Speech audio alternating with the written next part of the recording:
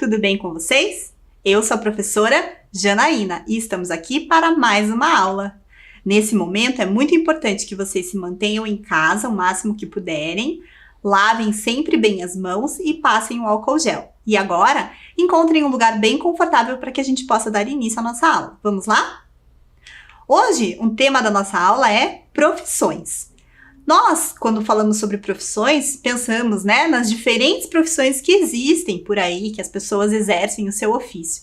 Mas na aula de hoje, nós vamos nos ater ao significado da palavra profissão e explicar um pouquinho, as modificações que acontecem nas profissões ao longo do tempo, algumas profissões que não existem, outras que começaram a existir devido a algumas demandas que existem na sociedade. Então, olhem lá na tela o texto que eu trouxe. Vamos ler juntos. Profissão, do latim professio, é a ação e o efeito de professorar, exercer um ofício, uma ciência ou uma arte. É o emprego ou o trabalho que alguém exerce e pelo qual recebe uma retribuição. E olhem lá, para que alguém seja considerado um profissional, não é necessário possuir um diploma de universidade, Um profissional, ele é alguém que exerce uma determinada atividade na maior parte do seu dia. E existem algumas profissões que, como a pessoa não teve, esse estudo, não passou pela universidade, ela pode aprender ou com o pai, passar de pai para filho, de geração para geração, ou ela pode simplesmente ter aprendido sozinha, que é o caso das imagens que eu estou passando aqui, com algumas profissões que as pessoas exercem, recebem a sua recompensa, mas não necessariamente precisam passar por um estudo, para uma universidade, um estudo formal para uma universidade, para que possam exercer essas profissões. Em compensação, existem outras áreas que sim, precisam de uma faculdade, a pessoa precisa estudar, precisa adquirir um diploma para que ela possa exercer a sua profissão, que é o caso, por exemplo, da medicina ou em muitas outras, Os advogados, os engenheiros e até mesmo os professores precisam desse estudo formal para que eles possam, assim, poderem exercer a sua profissão. Nós temos também os conselhos. Algumas profissões, elas possuem um órgão que faz a regulamentação e que também a fiscaliza. Esse órgão é o chamado conselho. É o conselho que habilita o profissional e fiscaliza cada profissão.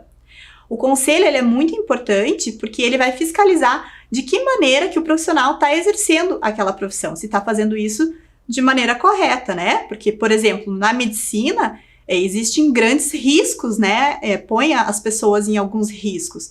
Então, o profissional ele tem que exercer sempre aquilo da maneira correta para que não aconteça nenhum acidente, não aconteça nenhum erro.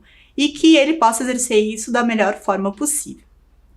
Outra questão também bem importante e que tem que ser fiscalizada é o trabalho infantil. O trabalho infantil ele é ilegal e ele priva as crianças e os adolescentes de uma infância normal. Impede não só eles de frequentarem a escola e também de estudar normalmente. Para a gente aprender um pouquinho mais e discutir um pouquinho mais sobre esse assunto, eu trouxe para vocês um vídeo que se chama Meia Infância, Trabalho Infantil no Brasil Hoje. Vamos assistir juntos?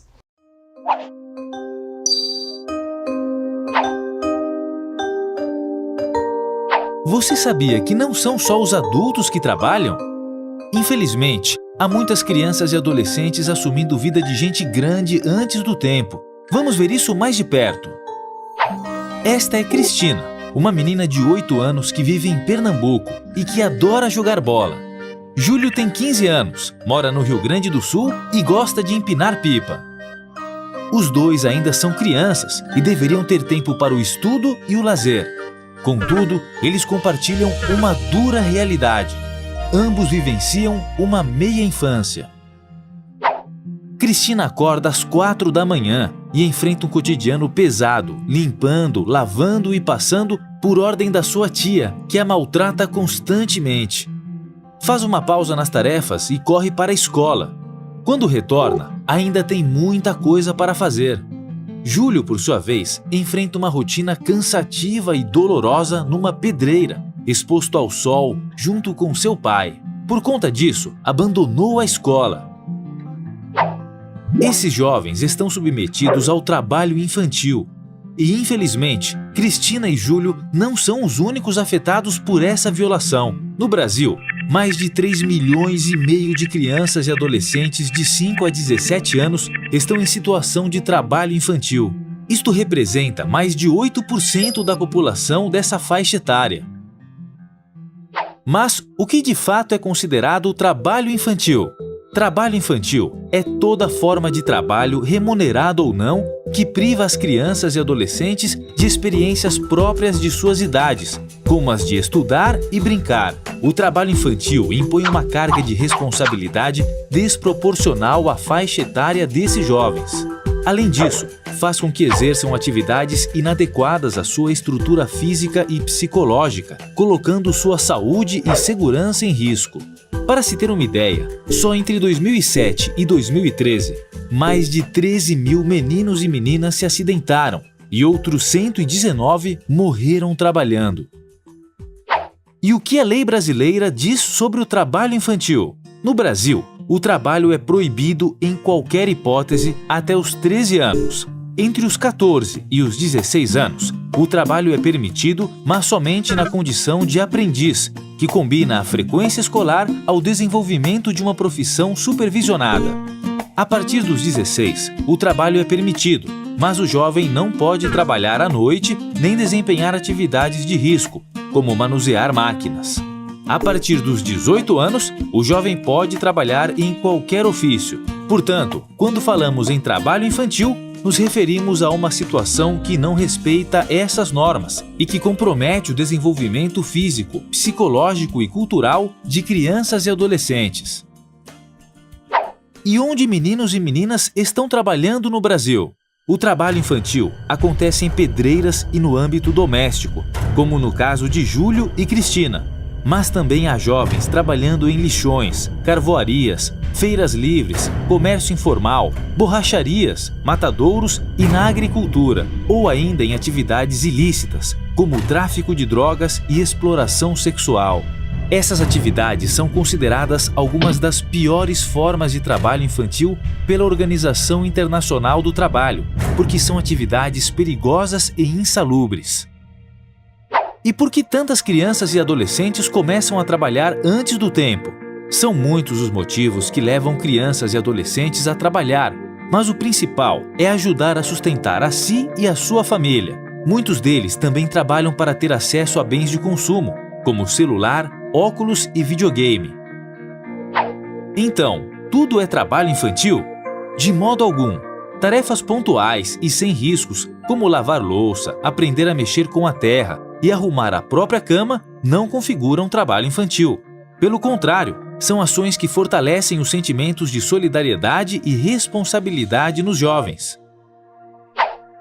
E o que tem sido feito para acabar com a exploração de crianças e adolescentes? Nas últimas 2 décadas, o Brasil avançou no combate ao trabalho infantil. O governo fortaleceu as fiscalizações e criou projetos de transferência de renda aliados ao reforço escolar e a atividades culturais. No entanto, para erradicarmos o problema do trabalho infantil, ainda há muito a se fazer. O combate ao trabalho infantil é uma responsabilidade do Estado, da sociedade e das famílias de meninos e meninas, que devem juntos zelar por eles. Se você conhece algum caso de trabalho infantil, denuncie, Disque 100 ou procure o Centro de Referência de Assistência Social mais próximo. Crianças e adolescentes têm o direito a uma infância completa. Todos juntos por um Brasil livre de trabalho infantil.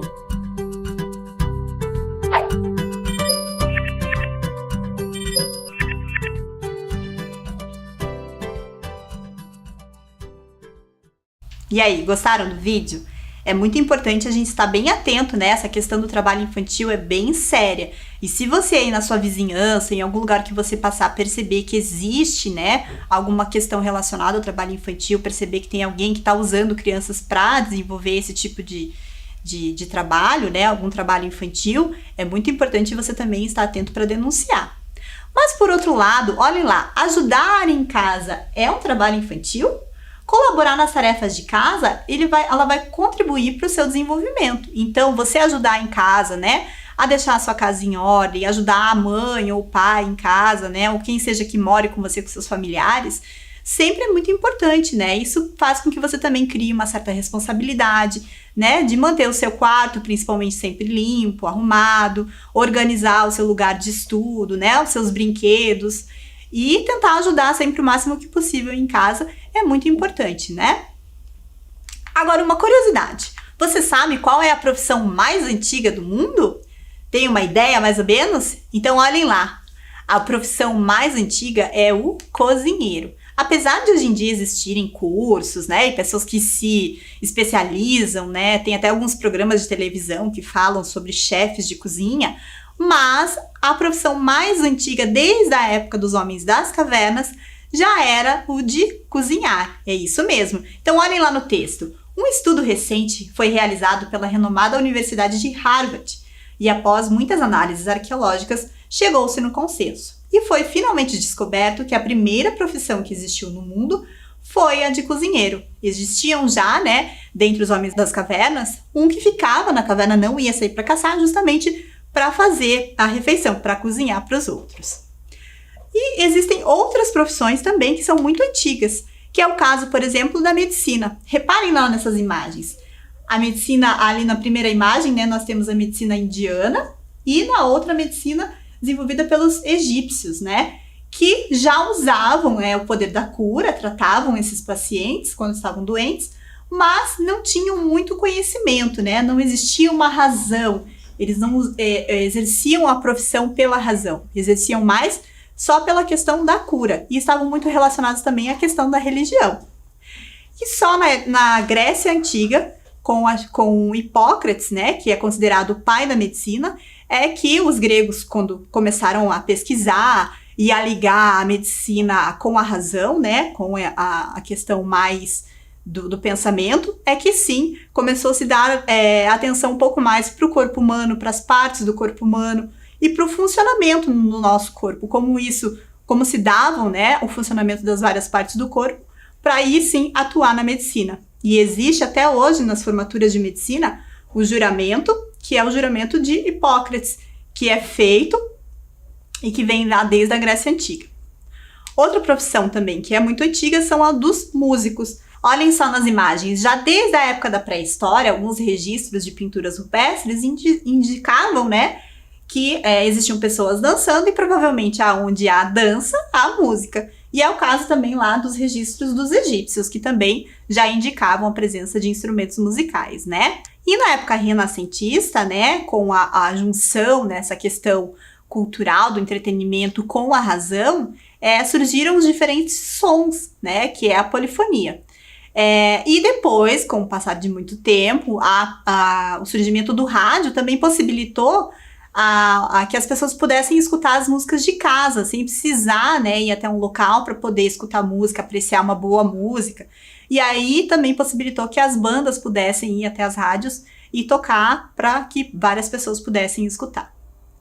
Outra profissão também que é bem antiga são a dos pintores, né? Que hoje em dia a gente costuma falar dos artistas plásticos, mas antigamente nós tínhamos renomados pintores que até eram contratados pelos reis para fazerem as suas pinturas, né, e exporem nos palácios. Mas os pintores já são registrados desde as pinturas rupestres, desde os homens das cavernas. E depois, passando pela Grécia Antiga, Roma Antiga, né, que é alguns registros de alguns murais que são encontrados, e nós chegamos a renomados pintores, né, que é o caso do Leonardo da Vinci, que pintou a Mona Lisa, que ainda assim é uma obra de arte que é muito apreciada, ela está lá no Museu do Louvre e diariamente recebe milhares de pessoas para visitação. E também existem outros pintores atuais, né, que fizeram uma releitura dessa mesma obra, que é o caso ali, como a gente pode ver, de Fernando Botelho, que fez uma Mona Lisa um pouco mais rechonchudinha, e do Salvador Dalí, que deu as suas características pessoais também ao quadro. E agora a gente vai falar um pouquinho das profissões que não existem mais. Vocês sabiam que existiam profissões que antigamente eram muito importantes e que hoje não existem mais? Para isso, nós vamos ver primeiramente o vídeo sobre as profissões mais bizarras que não existem mais. Confere comigo. 7 profissões bizarras que não existem mais. Já imaginou ter como trabalho a função de sair pela rua, batendo em portas e janelas de inúmeras casas para acordar as pessoas? Bizarro, né? Pois mais bizarro ainda é saber que isso já foi uma profissão um dia. Tá aí um cargo que conseguiria ser monótono e exaustivo ao mesmo tempo. Alguém interessado na vaga? Na Europa, era bastante comum que as pessoas fossem contratadas para caçar ratos nas ruas, na tentativa de acabar com a infestação desses pobres bichinhos, já que eles eram os responsáveis por muitas doenças. Quando a humanidade ainda não contava com as facilidades que uma boa geladeira proporciona, o jeito era aproveitar o gelo formado em alguns lagos de regiões extremamente frias. Bom para manter os alimentos fresquinhos e bom para os cortadores de gelo, que tinham um emprego garantido. Antes da energia elétrica, postes eram mantidos com lampiões à base de querosene e velas. Para garantir a iluminação das cidades, acendedores de postes eram contratados com frequência. Algumas empresas pensavam em entreter seus funcionários durante o expediente. Como? Contratando pessoas para ler para todo mundo. Quem não levava jeito para acender poste, cortar gelo ou caçar ratos, poderia se candidatar à vaga de ressurreicionista. A função do cargo? Basicamente, desenterrar cadáveres. Os corpos eram retirados das sepulturas de maneira ilegal, claro, e serviam para pesquisas científicas em várias universidades. Viva a anatomia! E aí, que curioso, né? Vocês já imaginaram você ser acordado por um despertador humano? Pois é, hoje em dia, com a tecnologia, a gente tem algumas coisas que realmente deixaram de existir, já não são tão necessárias mais, né? Mas para complementar aí todas essas profissões que vocês viram no vídeo ali, eu vou colocar mais algumas, que é o caso dos leiteiros, que antigamente existiam ainda em algumas cidades pequenas do interior, pode ser que a gente ainda veja algum leiteiro passar. Mas os fazendeiros, né, que tinham essas produções de leite, levavam para as cidades, nas suas carroças, né, as garrafas de leite ou os latões para encher a garrafinha das pessoas que pagavam por isso. Mas hoje em dia a gente sabe que é muito mais fácil comprar no mercado ou numa quitanda perto de casa. Antigamente também existiam os atores de rádio. Com a chegada do rádio, né, existiam as novelas, elas não eram passadas na televisão, porque na época não existiam as televisões, e aí os atores iam até a rádio e gravavam essas novelas no rádio para que as pessoas escutassem nas suas casas. Elas não tinham a imagem, mas viam as pessoas, escutavam, né, a novela das suas casas através do rádio. Hoje, com a chegada da televisão, isso não existe mais. Outra profissão também que não existe mais são as telefonistas. Antigamente, para você completar uma ligação, você precisava ligar para a telefonista para que ela fizesse essa chamada para você, através de uma troca lá de cabos, e aí sim você conseguia completar sua ligação. Hoje a gente tem o celular que faz essa ligação tranquilamente, né? E as ascensoristas? Alguém já lembra de ter ido em algum lugar que tinha elevador e precisava você falar para a pessoa a qual andar que você ia e ela apertava lá o botão? Eram as ascensoristas. Hoje em dia a gente faz isso sozinho, não precisa mais que alguém faça isso, nem que abra ou feche a porta do elevador, né? E os engraxates, em alguns lugares, em Curitiba eu acho que existem, são em menor quantidade, mas ainda existem. São aquelas pessoas que ficam ali nas praças, principalmente, esperando, né, principalmente os homens que passam por ali, para engraxarem os seus sapatos. Muito bem, nós falamos então das profissões que eram do passado e que não existem mais, e agora nós vamos dar ênfase às profissões do futuro. Com o avanço da tecnologia, né, algumas profissões foram criadas de acordo com a necessidade que as sociedades têm hoje em dia. Uma coisa que está muito comum da gente falar, principalmente nessa época de pandemia, né, é o trabalho remoto, as pessoas que trabalham das suas próprias casas. Nós estamos no momento que nós necessitamos fazer isso. Mas, antes da pandemia, já existiam muitas pessoas que preferiam, ao invés de irem até uma empresa, né, ou algum prédio que tenha empresa, preferem trabalhar da sua casa num trabalho remoto. Outra profissão também que existe, que está em alta, são os especialistas em comércio digital. Quando a gente vai comprar alguma coisa pela internet, a gente fica pensando, né, como será que aquela coisa a gente comprou, mas quem que me atendeu? Não teve nenhum vendedor, nem nada. Mas existe toda uma logística por trás, que é alguém que comanda do seu computador, para que essa compra seja realizada e que esse produto chegue até você na sua casa. Outra profissão também são os influenciadores digitais. como o próprio nome diz, eles são pessoas, né, que influenciam digitalmente a vida das pessoas. Através das redes sociais, eles vão expor o seu modo de vida, suas preferências, os seus gostos, para influenciar as pessoas que estão ali analisando, vendo, né, passando pelas redes sociais, e podem se achar que é interessante ou compartilhar essas mesmas ideias. Outra profissão também é a do biotecnólogo, que ele pode atuar em áreas diferentes, né? No caso da saúde, por exemplo, atuar na formação de novos remédios e de vacinas, que é o caso agora da Covid, né? Que existiu aí todo um trabalho para se chegar a uma vacina. Ou em outras áreas, como por exemplo na área industrial, né? Na formação, na criação de biocombustíveis. E por falar em biocombustíveis, nós temos também o empreendedorismo sustentável. Olhem lá, o que será que é isso? São empresas que realizam as suas atividades baseadas em medidas que não prejudicam o planeta, preocupando-se com os fatores ambientais e sociais, né? Sobre a questão da redução do uso de água, de trabalhar de uma forma que impacte menos o meio ambiente, né? Usando também os biocombustíveis, entre outros fatores. E para falar um pouquinho sobre isso, eu vou mostrar para vocês um outro vídeo, que é A ONU tem um plano, os Objetivos Globais. Vamos assistir? Vamos imaginar que você esteja viajando pelo espaço e que agora você esteja olhando para uma vida inteligente. Você tem viajado bastante porque o espaço é bem grande.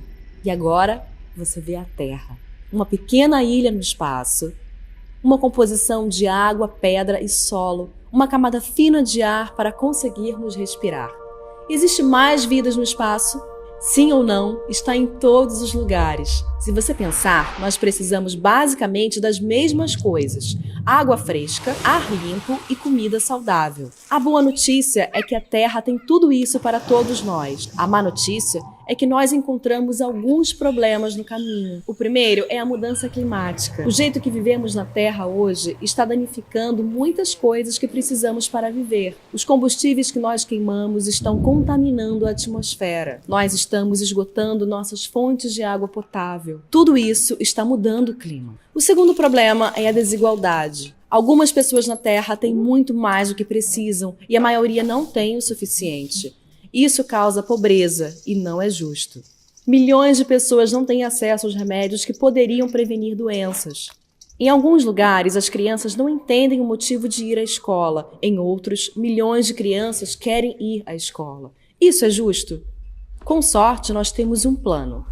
As Nações Unidas anunciaram os Objetivos Globais para o Desenvolvimento Sustentável.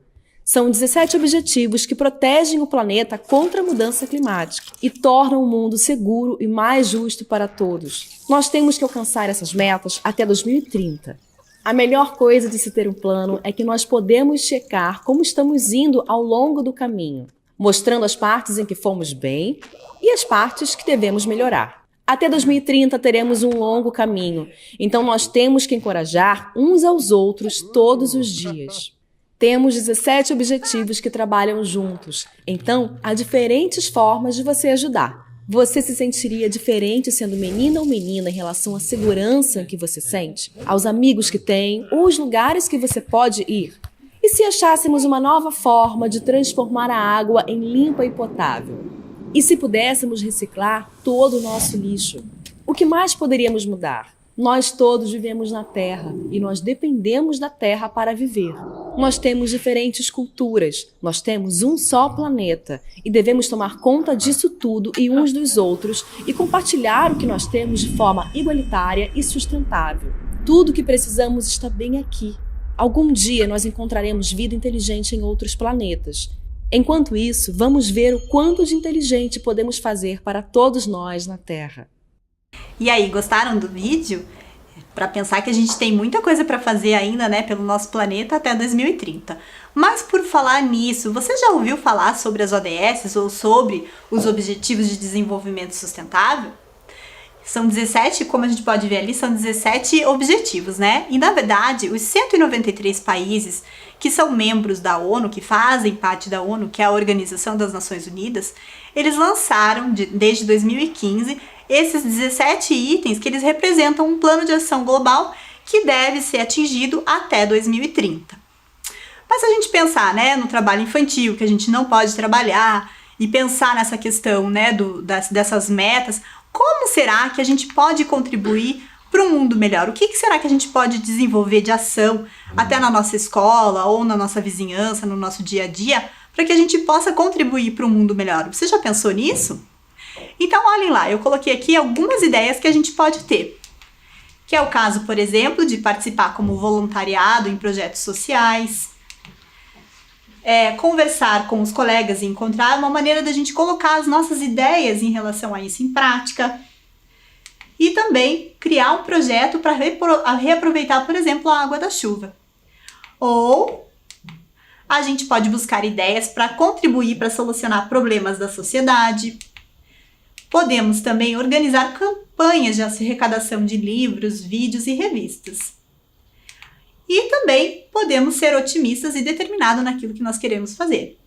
Essas ideias, elas podem contribuir para que você também possa ter outras, para que a gente possa, dessa maneira, se unir e fazer um trabalho com uma força maior para a gente poder atingir essas metas até 2030, tá bom? Então, vamos agora para as nossas atividades? Pensando um pouquinho sobre essa questão, né, das ODS e das metas que a gente pode ter para ter um mundo melhor, né, para ter uma coisa mais sustentável, que tal a gente descobrir um pouquinho mais sobre os nossos próprios comportamentos? Você já pensou sobre isso? Você já se autoconheceu? Já pensou quais são as coisas que você realmente faz, que você gosta? Quais são os seus gostos? Quais são as coisas que você não gosta? Vamos pensar um pouquinho sobre isso? Eu trouxe aqui um questionário, um quiz, mas que a gente não tem uma resposta certa. Na verdade, a gente só vai responder para pensar um pouquinho justamente sobre o que a gente gosta e o que a gente não gosta de fazer ou como é a nossa personalidade. Então, olhem lá para a nossa primeira pergunta. Na escola, quando as atividades são em equipe, como é que você reage? Será que na escola você é o líder, é aquele que vai encaminhando as pessoas para o que tem que fazer? Claro que, né, um líder nesse sentido não é só aquele que dá ordem, né, que manda você tem que fazer isso, você tem que fazer aquilo, mas aquele que já vai agilizando, olha, a gente podia pensar desse jeito, ou podia pensar de outro jeito, ou você é aquele colaborativo, né, que vai fazendo, espera alguém dizer para você o que você tem que fazer e daí você vai fazendo, mas você não gosta muito de pensar no que cada pessoa tem que fazer da equipe. Ou nenhuma das alternativas. Ah, não, eu não fico muito preocupado com isso. Eu faço, mas nem sempre do melhor jeito, não sei. Também não gosto muito de mandar nas pessoas, não gosto muito de ficar pensando no que cada um deve fazer. Qual será que é a sua personalidade nesse sentido? Você já parou para pensar nisso? Lembrando que não tem uma resposta certa, né? Nós estamos aqui fazendo uma atividade para a gente pensar nisso e para a gente promover esse autoconhecimento, tá certo? Vamos para a próxima pergunta? Olhem lá. Durante a realização das atividades, você é quem na escola? Você é aquele que é o criativo, que fica pensando nas coisas que vocês podem fazer, nas ideias, né? Tem 1000 ideias e vai discutindo com todo mundo? Ou você é aquele que é mais prático, né? Que já faz só aquilo que tem que fazer, o necessário, não penso muito no que tem que fazer, não vou além, não fico imaginando, sou mais pé no chão. Ou nenhuma das alternativas. Ah, eu nunca parei para pensar nisso, então eu acho que eu faço, ou faz as duas coisas, né? Tem esse estilo de gente também, né? Que nunca parou para pensar, mas acaba fazendo as duas coisas. Lembrando também que essas perguntas todas, elas não têm uma resposta certa. Nós estamos aqui só para a gente poder fazer uma análise dessa nossa personalidade, tá bom? Vamos para a próxima pergunta? Durante a realização de projetos, quem é você quando você está realizando lá os teus projetos? Podem até ser pessoais, não necessariamente só na escola, né? Mas você é aquele que é o tecnológico, é aquele que pensa em coisas que você dá para fazer no computador, dá para mexer, dá para colocar, dá para ver no celular. Ou você é aquele que gosta de pesquisar sobre o assunto, sobre ler as coisas que são da temática, né? Ir atrás de textos, alguma coisa assim. Ou nenhuma das alternativas. Ah, eu nunca pensei nisso. Ou até mesmo se você faz as duas coisas. Pensa aí um pouquinho na sua casa, tá bom? E agora vamos para a nossa última pergunta. A última pergunta, ela tem um pouco mais de respostas. A gente vai abranger um pouco mais. Olhem lá, nos estudos, quem é você quando você vai estudar? Você é aquela pessoa que é curiosa, que vai além daquilo que a professora pediu, né? Vai buscar aí na internet, vai em sites, em livros, em jornais, em revistas para pesquisar, faz conexão com outros assuntos? Ou você é aquele que é o objetivo? Só vou pesquisar aquilo que a professora pediu, não vou atrás de mais coisas.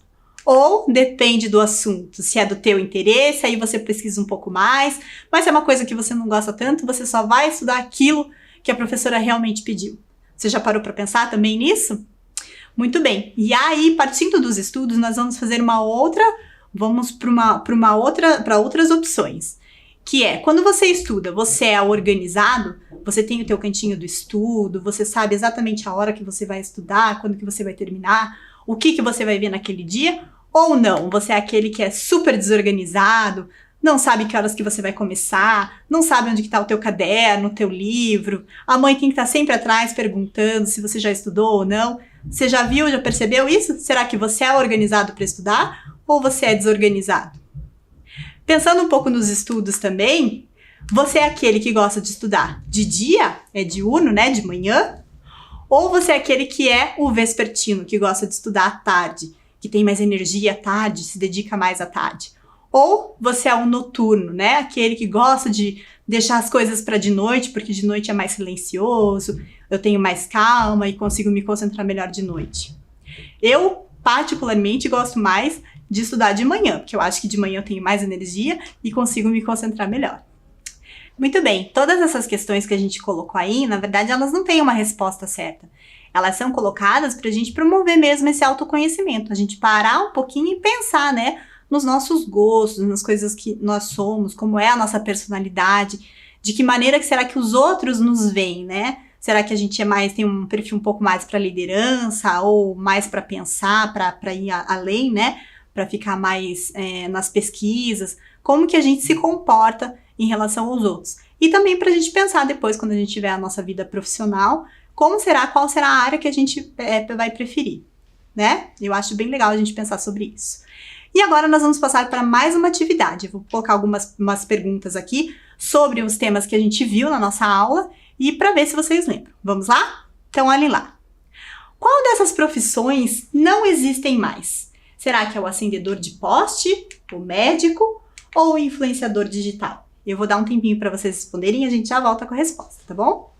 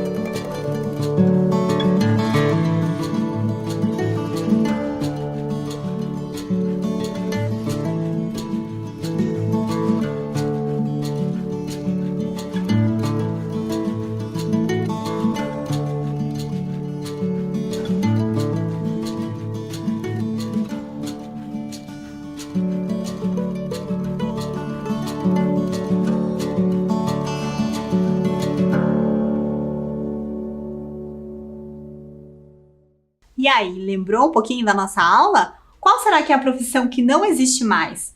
Só pelas imagens a gente pode ter uma ideia, né? Que são os acendedores de poste. Hoje em dia a gente não precisa mais alguém que vá lá acender cada poste, né?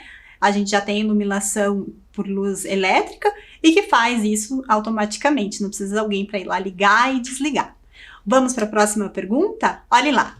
Qual a profissão mais antiga do mundo? A de professor, a de cozinheiro ou a de médico? E aí, será que você lembra? Daqui um pouquinho a gente volta com a resposta.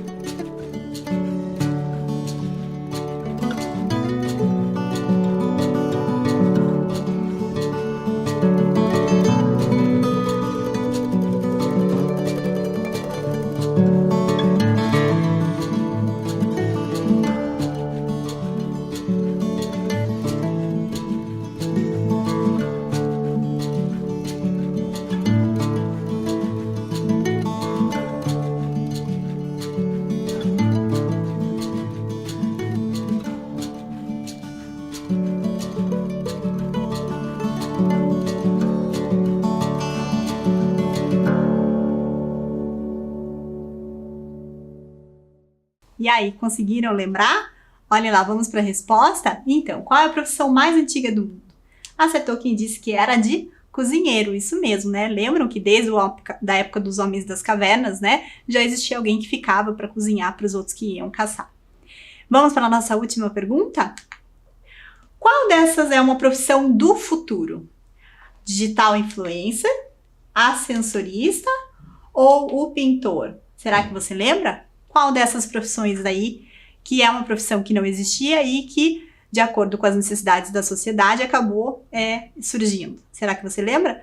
Vamos aí deixar um tempinho para você poder responder. Já já eu volto.